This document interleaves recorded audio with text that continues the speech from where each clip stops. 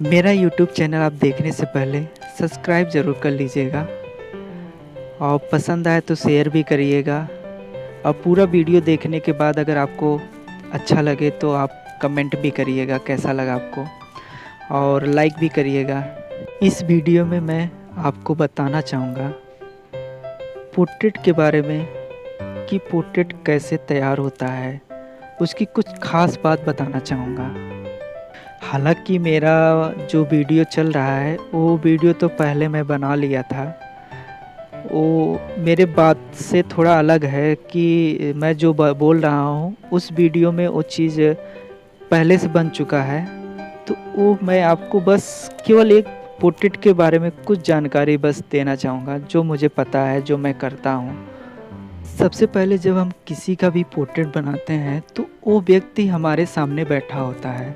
हम उसको देख के मिट्टी के माध्यम से हम उसे 3D में बनाते हैं। हमारे लिए तो सबसे बहुत अच्छा ऑप्शन होता है कि अगर कोई व्यक्ति बैठा है और हम 3D बना रहे हैं और जो व्यक्ति बैठा है वो भी 3D में है, तो उसको हम चारों तरफ घूमकर उसका आकार देख के हम अपने मूर्ति में बना सकते हैं। तो मेन वही है कि हम जब किसी भी पर्सन को देख के बनाते हैं तो हमें बहुत तेज़ी से समझ में आ जाता है। चीज़ों को समझने में बहुत, फ़ोटो वगैरह हम देख के बनाते हैं तो थोड़ा कठिनाई होती है, बट हमारे सामने अगर कोई व्यक्ति 3D बैठा हुआ है तो उसको हमें देखने में ज़्यादा भागना नहीं पड़ता, ज़्यादा समझना नहीं पड़ता, तो हमें वो चीज़ें दिखाई देती हैं। तो उसके आधार पे हम मिट्टी को पेस्ट करते हैं, लगाते हैं उसको। फिर कहीं गड्ढा होता है तो उसको हम कटिंग करते हैं, वो है। मगर इसमें मेन चीज़ हमारा होता है कि हम किसी भी अगर फेस को बनाते हैं तो उसका आउट रेखा में बहुत ध्यान देना पड़ता है। जो उसका आउट रेखा है उसको हमें ध्यान देना पड़ता है। और उसको आउट रेखा इसलिए मैं बोल रहा हूँ कि कभी कभी इंसान मोटा होता है, वो गोला चेहरा होता है उसका, किसी का चौड़ा चेहरा होता है, और किसी का लगभग चपटे हो जाते हैं गाल कभी, तो उसके जो आउट रेखा है थोड़ा सा अलग होने लगता है। तो उसको आउट रेखा में पकड़ने की सबसे ज़्यादा ज़रूरत होती है। आपको तो मापदंड तो पहले से पता होना चाहिए कि हमारे आँख की दूरी, नाक की लंबाई, कान की दूरी, और दोनों आँख के बीच में जो दूरी, आँख की एक नाक के बीच में जो दूरी होती है, और लिप्स की दूरी, और माथे से लेके जो ठुड्डी तक एक जो 4 भाग होते हैं उसके बारे में आपको पहले से पता होना चाहिए।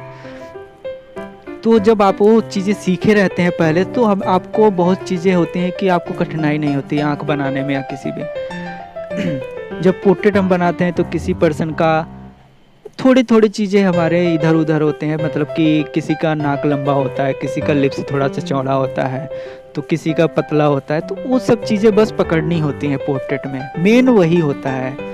तो वो सब चीज़ें जब हम ध्यान रखते हैं, तो चीज़ों को जब पकड़ लेते हैं, तो हमारा जो व्यक्ति बैठा होता है सामने उसका जब हम आकार बना लेते हैं तो हमें एक महत्वपूर्ण ये हो जाता है कि हम उसको समझ रहे हैं, उसकी फीलिंग और एक भाव होता है जब चेहरे का। तो जैसे कोई स्माइल कर रहा है, यानी जो व्यक्ति बैठा है वो स्माइल कर रहा है, तो उसको स्माइल का जो एक्सप्रेशन होता है वो हमारे लिप्स के ज़रिए हमें पता चलता है। थोड़ी आँखें हमारे छोटी हो जाती हैं तो उससे भी पता चलता है कि वो स्माइल कर रहा है। तो वो सब चीज़ें हमारे मेन होते हैं कि उसको हम ध्यान में रखते हैं पोर्ट्रेट का। और पोर्ट्रेट में आपको पता ये तो ज़रूर होना चाहिए कि जो हमारा शेप होता है पोर्ट्रेट का, वो एक अंडे के आकार जैसा दिखाई देता है। अंडा नहीं होता बट अंडे के आकार जैसा दिखाई देता है, जिसके ज़रिए हम उसमें डिवाइडेशन करते हैं। जैसे कि बीच का हाफ हिस्सा बांट लेते हैं, फिर हाफ बांटने के बाद जो हमारे अंडे का जो बीच का जो रेखा होता है, जैसे आँख जहाँ हम खींचते हैं तो वो आँख की डिवाइड कर लेते हैं। फिर आँख से लेके हमारे ठुड्डी तक जितना हिस्सा होता है उसका बीच का डिवाइड कर लेते हैं। फिर जो उसका बीच के जब डिवाइड करते हैं, उसके बीच के जब ठुड्डी पे आते हैं तो उसके बीच में भी हम डिवाइड करते हैं। ये हमारा डिवाइडेशन है जो बड़े से छोटे छोटे करके आते हैं, जिससे हम आँख को ऊपर वाला होता है हिस्सा तो उस आँख डिवाइड पे आँख बनाते हैं। फिर उसके नीचे वाला जो हिस्सा डिवाइड होता है तो उसके नाक हमारा वहाँ से ख़त्म होता है। फिर उसके नीचे जब आता है तो लिप्स बनता है, और उसके नीचे तो हमारा ठुड्डी होता ही है। फिर आँख और नाक की जो बीच का सेंटर होता है, मतलब कि जो बीच की लाइन होती है, उसकी ठीक आप सीधे से खींचते हुए आप कान के पास लाओगे, उतना ही बड़ा आपका कान होना चाहिए। वो आपको ध्यान में रखना होगा, जिससे आप, जिसको हमने पहले आपको बताया ना कि आपको वो चीज़ें, मापदंड आपको पहले से पता होना चाहिए कि पोर्ट्रेट का कैसा मापदंड होता है। तो वो आपको पता होगा तो आप बहुत अच्छे से समझ सकते हैं, चीज़ों को बहुत तेज़ी से बना सकते हैं। तो उतना आपको सीखना पड़ेगा, किसी का हेल्प ज़रूर लेना पड़ेगा कि उसको सीखने के लिए। तो जैसे कि आप मेरा पोर्ट्रेट देख रहे हैं, उसमें किसी बहुत बारीकी से हमने उसको डिटेलिंग दिया है। आँखों की झुर्रियाँ हैं, आँखों और नाक का जो साइड में स्माइल का एक जो लाइन बनता है वो है, अब बालों, यानी कि एनीथिंग आपको हर चीज़ ध्यान दो। कपड़े तक जब आपको शरीर का हाफ हिस्सा बनाना होता है तो कपड़े तक आप ध्यान देते हो। हमारे में आप देख सकते हो इस वीडियो में कि जैसे कपड़े का आप देख रहे हो, तो कपड़े में डिजाइन है तो आप डिजाइन भी अपने आकार टूल के माध्यम, और सबसे मेन होता है कि आपके पास औजार भी अच्छे होने चाहिए जिससे आप कटिंग कर सको, पेस्टिंग कर सको।